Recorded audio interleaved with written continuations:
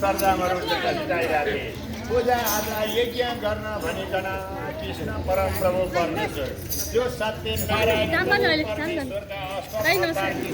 नन्द बाबाको अगाडि गएर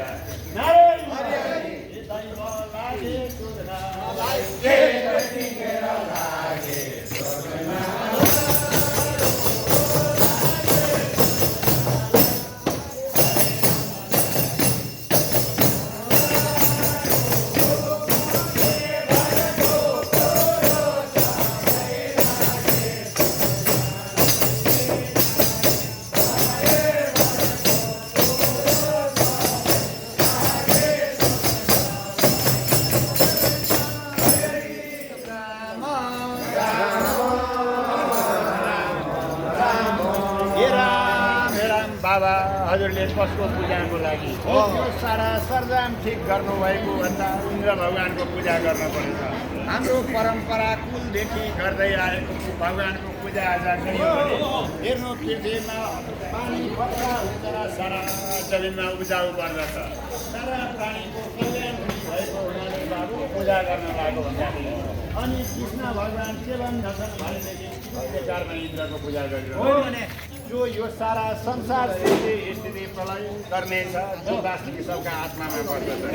कुनै प्रभु परमेश्वर आत्मामा रहनेलाई चिन्नु पर्दछ भनेर कृष्णले सारा कुराहरू नारायण लागे सम्झाउन लागे सम्झाउन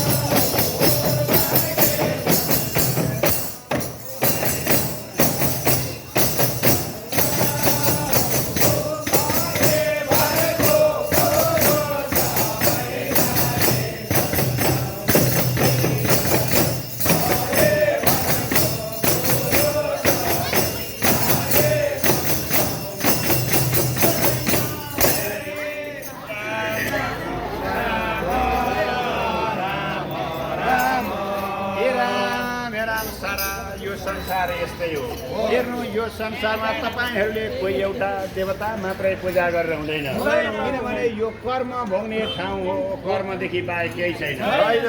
खार खरानी पानीहरूले शरीर पखाले शरीर माझ्नु पर्छ चित्तलाई हरिका सद्भक्तिले बेसरी नारायण दैव मनमा नारायण हाम्रो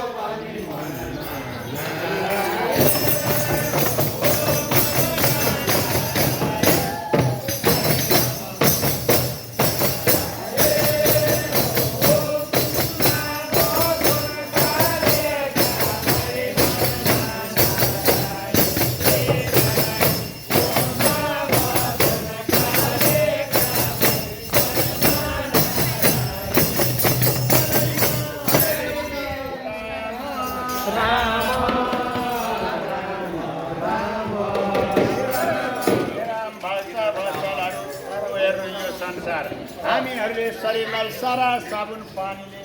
पखाले जस्तै माझे जस्तै चित्त शुद्धि गर्नलाई भगवानको नाम कीर्तन गर्नुपर्दछ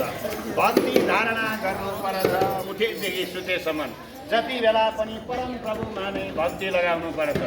भक्तिहीन भई कर्म गर्दछ भने जो निष्फल हो भने जानी श्री रघुनाथका चरणमा भक्ति लगाऊ भने नारायण दैव छोड्न हुँदैन कसैले नि छोड्दैन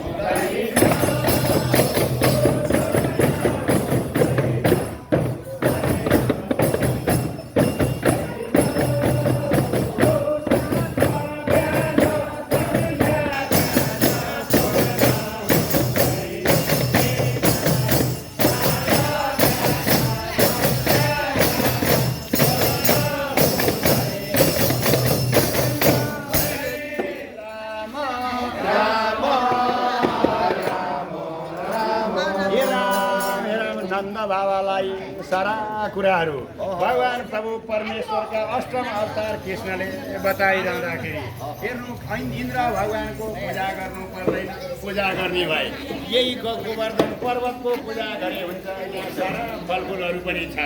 पानी पनि यहाँ छ सबै कुरा छ यही गोवर्धनको पूजा हुन्छ कि हुँदैन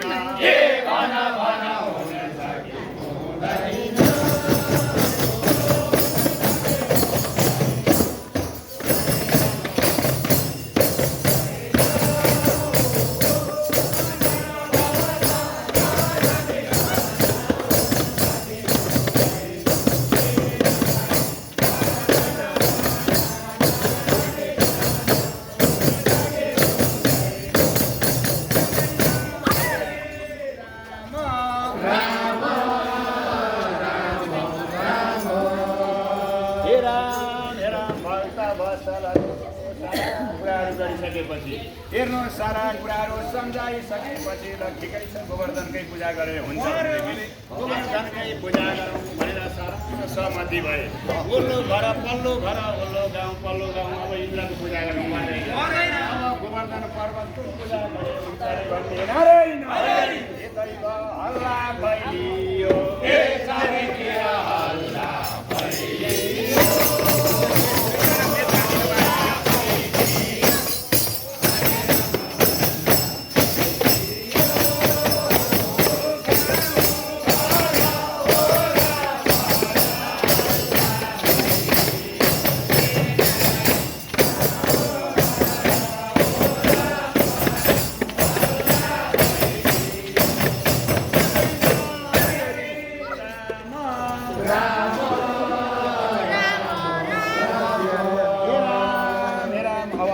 गोवर्धनपुर पर्वतको पूजा गरे हुन्छ अरे पर्वतराजको पूजा गरियो भने पञ्चनको गङ्गाको संरक्षण गरियो भने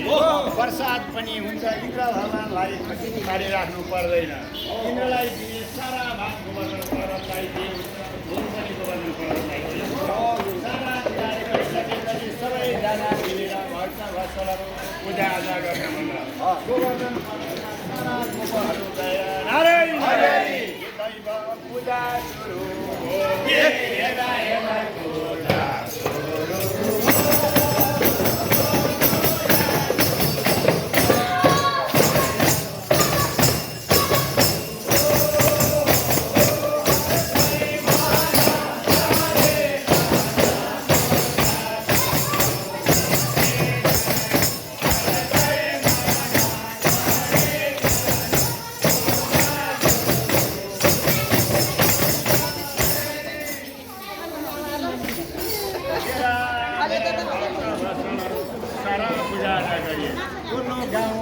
गाउँ जता तपाईँको हल्ला भयो राजा इन्द्रले आज मलाई बाबाले मलाई हेला गर्ने सारा पूजा ठिक गरेको सरजामहरू मलाई नदिएर आज साह्रै हेला गर्यो लागे रिसाउन